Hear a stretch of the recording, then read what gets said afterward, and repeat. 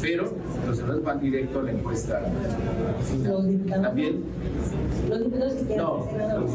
los diputados tienen que inscribirse, ¿no? Los diputados tienen preferencia en su reelección. Si los diputados federales quieran volver a participar, ellos también van directo a la encuesta. Y en esta alianza que tenemos con el PT y con el Verde, ellos también van a proponer un nombre para cada encuesta.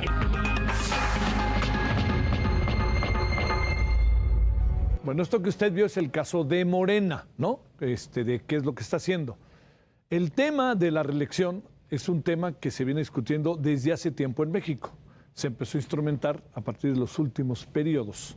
Esto es importante incluso para que la legislación no recayera en quienes están haciendo la propuesta. Se esperó el tiempo suficiente para que, acabando la gestión de senadores y diputados, empezando desde cero, pudiera gestarse el proceso. Ahorita le entramos a detalle, pero ahí le va la gran cantidad de diputados y senadores, ellas y ellos, de congresistas, que quieren reelegirse. Son 88 en el caso de los de senadores, senadoras, y 467 diputadas, diputados. Les recuerdo, son 502 escaños, ¿eh? Bueno, ellos expresaron su intención de buscar la reelección para el 2020, en las elecciones del 2024. Del total de integrantes de la Cámara de Diputados, el 93.4% notificó su deseo por la elección consecutiva, de los cuales un 49.7% son hombres y el 50.3% son mujeres. Por el Senado de la República, el 68% de los senadores irían o irán por la renovación de su cargo, de los cuales 54.5% son hombres y 45.5% son mujeres. Bueno, y aquí vamos al detalle. Por parte de Morena, 220 legisladores notificaron su intención de reelegirse. Del PAN, ahí lo tienen en pantalla, 132. Del PRI, 79. Del Verde, 42. Del PT, 38. De Movimiento Ciudadano, 22. Y del PRD, 19. Esto da un total de 500, bueno, de 467, perdón. El total de los diputados, diputadas, les recuerdo, son 500. Bueno, hablemos del tema, de qué se trata, porque además uno no puede perder de vista que es algo que durante mucho tiempo se aspiró y tiene lógica, ¿no? La clave del asunto está en el desarrollo que ha habido ya a la mera hora de hacer las cosas, de que son, de que ya estamos en este proceso de instrumentación por primera vez, que puede ser algo muy interesante. Sergio Bárcena, investigador del TEC de Monterrey, fundador de Buró Parlamentario, con usted y con nosotros. Querido Sergio, gracias. Muy buen viernes. ¿Cómo te ha ido? Buenas noches. Hola, muy buen viernes. Buenas noches. ¿Cómo estás? ¿Cómo vemos esto? Digamos, ya por fin, tarde que temprano tenía que darse. Yo contaba que desde hace muchos años esto se hizo, no se iba a poner en marcha con quienes estaban aprobando, en fin. A ver, ¿y qué piensas de esto? ¿Y qué puede pasar? Correcto, Javier. Mira, ahorita tratabas me parece que es el quid de este asunto, que es la lógica detrás de la reelección. Ajá. En México, desde 1933, todavía era presidente Abelardo L. Rodríguez, se prohibió la reelección inmediata de diputados y senadores. Detrás de esto había una lógica, digamos que había una lógica oficial y una lógica que yo le diría la lógica política. ¿Cuál era la lógica oficial? Decir que la reelección es negativa, es mala, es antidemocrática, nos regresa a la época de Porfirio Díaz, y se construyó un discurso postrevolucionario en contra de la reelección inmediata. Esa es la lógica oficial.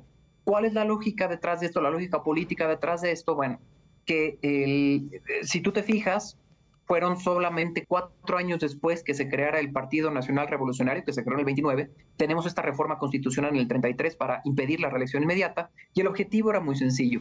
El primer objetivo de este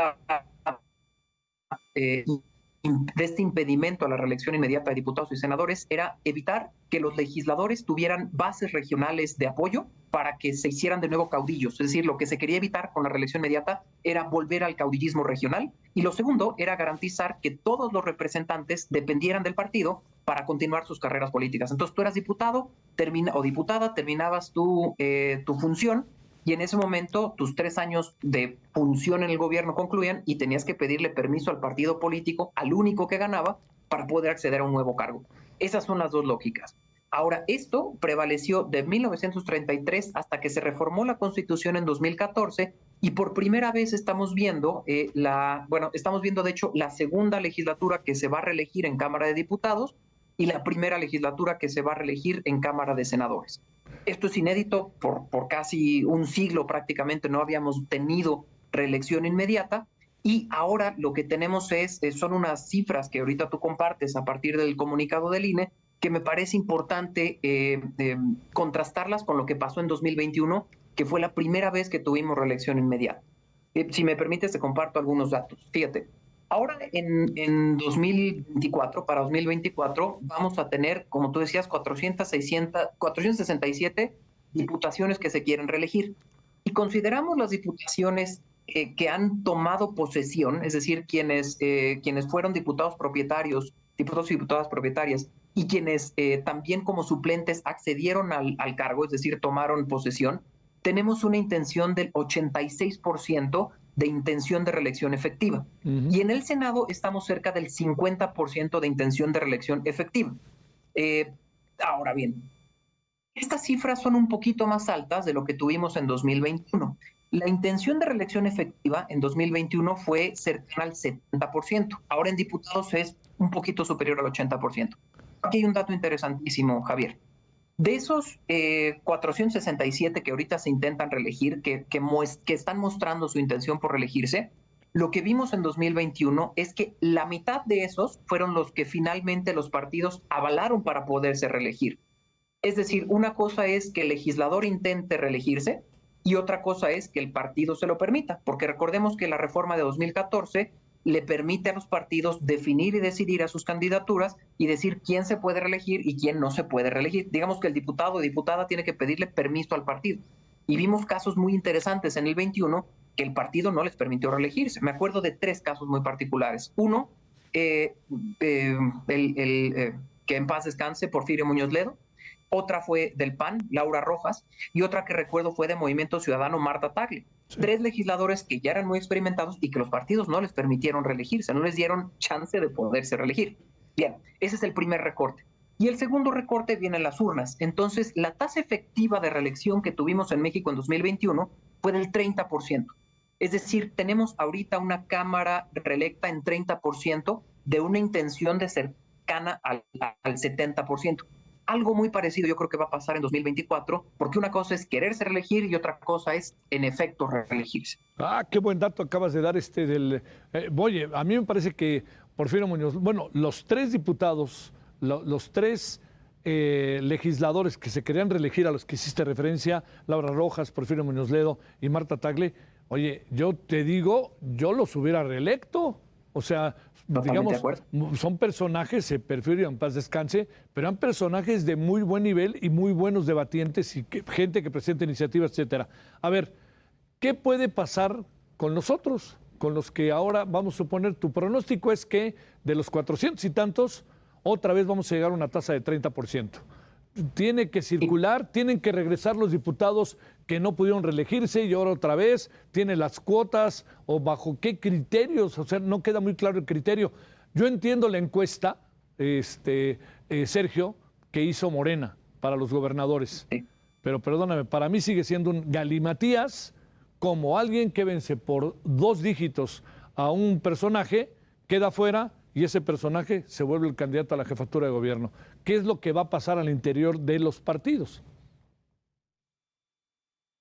Fíjate que en la discusión del INE lo que va a tener prevalencia en las intenciones de reelección, primero, se tienen que garantizar las cuotas de género, todo tipo de cuotas.